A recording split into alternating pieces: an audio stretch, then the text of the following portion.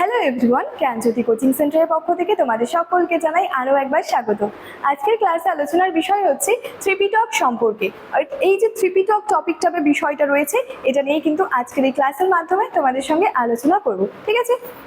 আচ্ছা, আলোচনার বিষয় শুরু করার আগে তোমাদেরকে একটা ছোট্ট ইনফরমেশন দিয়ে রাখি। তোমরা যারা যারা ভাবছো আমাদের সঙ্গে এই সেমিস্টারে অনলাইনে যুক্ত হবে, তারা স্ক্রিনে দুটি নাম্বার দেখতে পাচ্ছ, 7076398606 এবং 6295916282। এই নাম্বার দুটি হলো আমাদের জ্ঞানজ্যোতি কোচিং সেন্টারের অফিসিয়াল হেল্পলাইন নাম্বার। তোমরা যারা যারা ভাবছো আমাদের সঙ্গে অনলাইনে যুক্ত হবে, যে কোনো একটি নাম্বারে যোগাযোগ করে আমাদের সঙ্গে যুক্ত হয়ে যেতে পারো। এছাড়াও তোমাদেরকে কোর্স ডিটেলসটা একটু বলে রাখি যে আমাদের সঙ্গে যুক্ত হলে তোমরা কি কি সুযোগ সুবিধাগুলি পেয়ে যাচ্ছ। তোমরা পেয়ে যাচ্ছ প্রপার গাইডেন্স, তোমরা পেয়ে যাচ্ছ রেকর্ডেড ক্লাসেস, তার সাথে সাথে হাই কোয়ালিটি নোটস এবং 100% কমন যে সাজেশনসগুলো রয়েছে সেগুলি কিন্তু তোমরা পেয়ে যাচ্ছ। এছাড়াও তোমাদের সেমিস্টারে কোর্স ফি সম্পর্কেও একটু বলে রাখি। দেখো, মেজরের যে কোর্স ফি রয়েছে সেটা রয়েছে 1299 রুপিস এবং মাইনরের যে কোর্স ফি রয়েছে সেটা রয়েছে 699 রুপিস, ঠিক আছে? এটাই ছিল মূলত যে কোর্স ফি, কন্ট্যাক্ট নাম্বার সংক্রান্ত ইনফরমেশনের বিষয়। এবার মূল টপিক সম্পর্কে আলোচনা আমি শুরু করছি। প্রথমেই বলেছি আলোচনার বিষয় হচ্ছে ত্রিপিটক সম্পর্কে, ঠিক আছে? আচ্ছা, দেখো এখানে ত্রিপিটকের পরিচিতি ও নামকরণ সম্পর্কে কি বলা হয়েছে, যে তিনটি ঝুড়ি বা পাত্রের সমাহার। অর্থাৎ ত্রিপিটক বলতে যদি বলি এক কথায় কি বোঝায়, তাহলে বোঝানো হচ্ছে তিনটি পিটককে, ঠিক আছে? এই পিটক কথার অর্থ কিন্তু পাত্র বা ঝুড়ি, যার জন্য এখানে বলা হচ্ছে তিনটি ঝুড়ি বা পাত্রের সমাহারই হলো ত্রিপিটক, ঠিক আছে?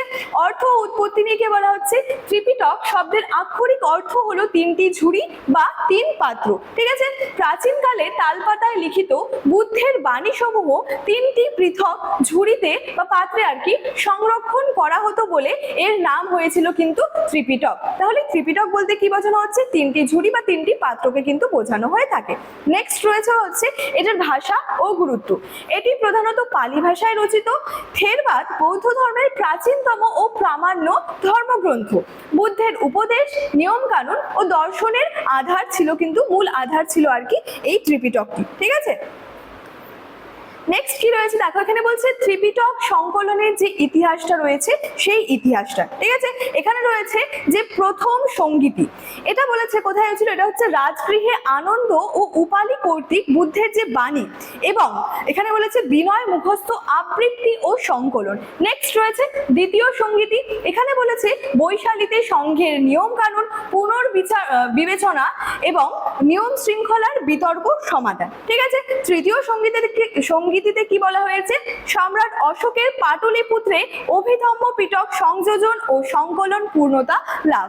এর সাথে সাথে বলেছে দেখো চতুর্থ সঙ্গীতি, এখানে বলেছে শ্রীলঙ্কার মাতলে অলকা বিহারে তালপাতায় আনুষ্ঠানিকভাবে প্রথম লিখিত রূপদানটা কিন্তু হয়েছিল, ঠিক আছে?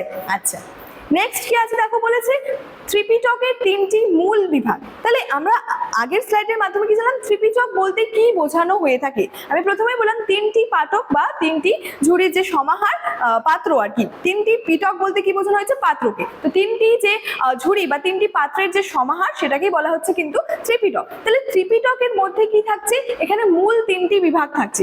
সেই তিনটি ত্রিপিটকের নাম হলো, প্রথম ত্রিপিটক হচ্ছে বিনয় পিটক, তারপরে হচ্ছে রয়েছে সুত্ত পিটক এবং তারপরে রয়েছে হচ্ছে অভিধম্ম পিটক, ঠিক আছে? তাহলে ত্রিপিটক তিনটি পিটক আর কি রয়েছে, বিনয় পিটক, সুত্ত পিটক, অভিধম্ম পিটক।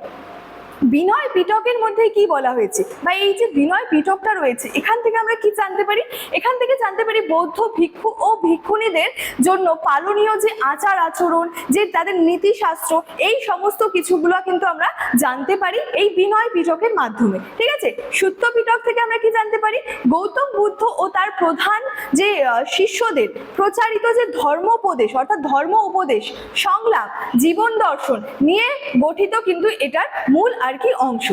অভিধম্ম পিটকে কি রয়েছে দেখো, এখান থেকে জানা যায় যে বৌদ্ধ ধর্মতত্ত্বের গভীর যে দার্শনিক এবং মনস্তাত্ত্বিক যে বিশ্লেষণ, এই সমস্ত বিষয়গুলো জানতে পারি আমরা অভিধম্ম পিটক থেকে, ঠিক আছে?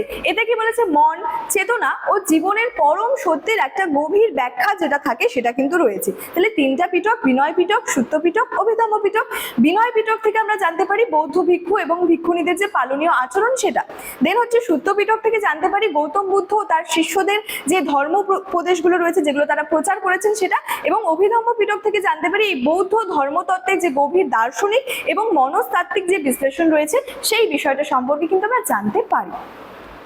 নেক্সট রয়েছে হচ্ছে 3 পিটকের বিস্তারিত যে বিন্যাসটা রয়েছে সেটা। পিটকের নাম প্রথমেই বলেছিলাম রয়েছে বিনয় পিটক, সুত্ত পিটক, অভিধম্ম পিটক, ঠিক আছে। মূল বিষয়বস্তু অর্থাৎ বিনয় পিটকের মূল বিষয়বস্তু কি রয়েছে?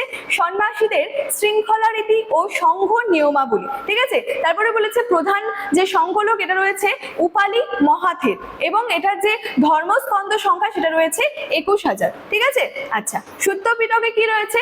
বুদ্ধের যে প্রচারিত উপদেশ, ধর্মকথা, এই সমস্ত বিষয়গুলো রয়েছে, এবং এটার হচ্ছে যে উৎস যেটা রয়েছে, প্রধান উৎস সেটা রয়েছে আনন্দ মহাথের, এবং এটার যে ধর্মস্কন্ধ সংখ্যা সেটা রয়েছে কিন্তু 21,000। আচ্ছা, নেক্সট হচ্ছে অভিধম্ম পিটক। অভিধম্ম পিটকের মূল বিষয়বস্তু কি জানা যায় এখান থেকে?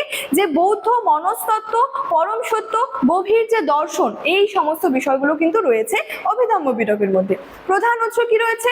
মোগলিপুত্র তিস্য, এবং এটার ধর্মস্কন্ধ সংখ্যা যেটা রয়েছে সেটা রয়েছে হচ্ছে 42 আর কি, মানে 42,000, ঠিক আছে। তাহলে এই যে বিষয়গুলো, এই বিষয়গুলো মানে ত্রিপিটকের মধ্যে যেটা আছে সেটা কিন্তু রয়েছে। তার সাথে বলেছে ত্রিপিটকের গুরুত্ব এবং যে মানবীয় যে বার্তা, অর্থাৎ ত্রিপিটক কতটা গুরুত্বপূর্ণ বা এটার গুরুত্ব কতটা রয়েছে, ঠিক আছে। প্রথমে কি রয়েছে? নৈতিক দিক নির্দেশনা। এখানে বলেছে অহিংসা, সত্য, সাম্য, করুণার বার্তা প্রচার করে, যা সর্বজনীন মানব কল্যাণে আর কি নিবেদিত। এটাই মূলত ছিল কিন্তু এটার যে নৈতিক যে দিক নির্দেশনা, যেমন এখানে অহিংসা, সত্য, সাম্য এবং করুণার বার্তার কথা কিন্তু বলা হয়েছে। নেক্সট হচ্ছে আধ্যাত্মিক পথ নির্দেশ, দুঃখ নিরোধ, এর সাথে সাথে পরম মুক্তি যেটাকে নির্বাণ বলা হয়। এই বৌদ্ধ ধর্মের মধ্যে যে একটা মূল যে বিষয় সেটা হচ্ছে নির্বাণ লাভের কিন্তু বিষয়। নির্বাণ বলতেই বোঝানো হয় কিন্তু মুক্তি লাভ বা পরম মুক্তি লাভ, ঠিক আছে। তাহলে এই নির্বাণ লাভের জন্য অষ্টাঙ্গিক মার্গের পূর্ণাঙ্গ যে অনুশাসন, অর্থাৎ যেমন বৌদ্ধ ধর্মের একটা গুরুত্বপূর্ণ দিক হচ্ছে এই নির্বাণ লাভ, ঠিক একইভাবে এটার একটা গুরুত্বপূর্ণ দিক হচ্ছে অষ্টাঙ্গিক মার্গ, ঠিক আছে। আচ্ছা, তারপরে দেখো রয়েছে ঐতিহাসিক দলিল। এখানে বলেছে প্রাচীন ভারতের সমাজ ব্যবস্থা, রাজনীতি, সংস্কৃতি প্রামাণ্য কিন্তু একটা ঐতিহাসিক উৎস, ঠিক আছে। তারপরে রয়েছে দেখো যে বৈশ্বিক ঐতিহ্য। এখানে রয়েছে থেরবাদ বৌদ্ধ বিশ্বের দৈনন্দিন ধর্মীয় চর্চা ও বিশ্ব সাহিত্যের কিন্তু একটা অন্যতম অমূল্য কিন্তু সম্পদ হিসেবে কিন্তু রয়েছে। এই যে ত্রিপিটক, এই ত্রিপিটকটা কিন্তু ইতিহাসের মধ্যে খুবই একটা গুরুত্বপূর্ণ কিন্তু টপিক বা বিষয় কিন্তু বলা হয়ে থাকে এই ত্রিপিটককে, ঠিক আছে। তাহলে এই ত্রিপিটকের মধ্যে কয়টি পিটক রয়েছে, পিটকের সংখ্যা কি রয়েছে, সেই সমস্ত পিটকের মাধ্যমে বা মধ্যে থেকে আমরা কি জানতে পারি বা সেই সমস্ত পিটকের মূল বিষয়বস্তুগুলি কি রয়েছে, এটা নিয়েই কিন্তু আজকের ক্লাসের আলোচনা আমার এতটাই ছিল, ঠিক আছে। ইনফরমেশন যেটা রয়েছে সেটা ভিডিওর শুরুতেই আলোচনা করে রেখেছিলাম। চলো আজকের ক্লাস এতটাই, দেখা হচ্ছে পরবর্তী ক্লাসে। Thank you so much, thanks for watching.